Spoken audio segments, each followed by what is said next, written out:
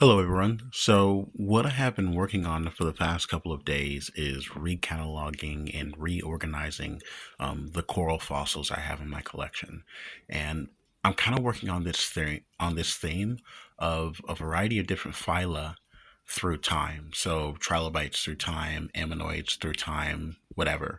And I've been doing this, and I've been doing corals through time. Coral reefs have been adapting for over 450 million years, and we've had coral reefs since like the beginning of the Ordovician period.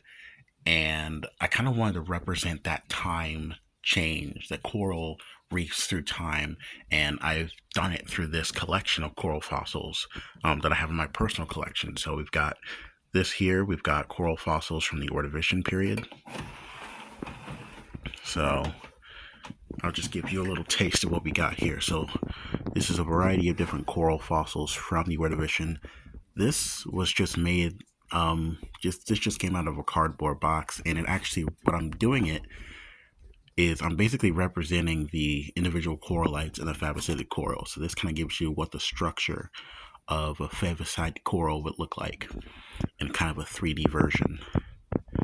And so these are all the corals from the Ordovician period.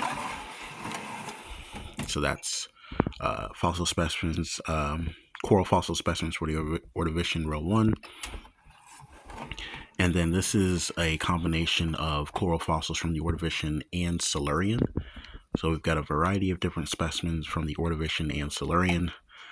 All these halicited corals are Silurian. We've got, a number of, again, Ordovician example of a fabacited tabulate coral, and this is the Silurian tabulate coral. So we've got a variety of different types of horn solitary corals, as well as tabulate corals from the Silurian and Ordovician. And then we travel through the Silurian all the way out to the Devonian. So this would be row 3, and this is all the Devonian corals. So we've got some hexagonaria, we've got a polished Petoskey stone from the Michigan Basin, and a couple of other Devonian examples. And then, from the Devonian, we get from the Mississippian coral reefs, and those change. So we get a variety of different types of solitary rugose corals, as well as colonial rugose corals, and some tabulate corals as well. So a lot of these are just representations of horn corals from the Mississippian. They became very, very abundant during that time. I think coral reefs kind of start to change. We don't get the we don't get the tabulate and colonial and solitary rugose corals. By the end of the Permian, they completely go extinct, and so we've got our own groups represented today, the scleractinian corals from the Triassic all the way to recent.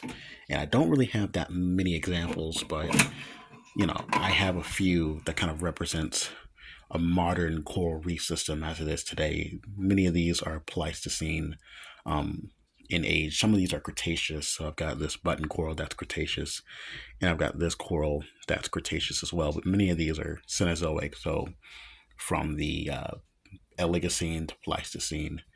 And so that kind of gives you of a coral reef through time, through my own personal collection, kind of rearranging this collection of coral fossils, but through deep time. So coral reefs through deep time by representing each specimen. So we've got the oldest examples of corals here, from the youngest that goes all the way to the top.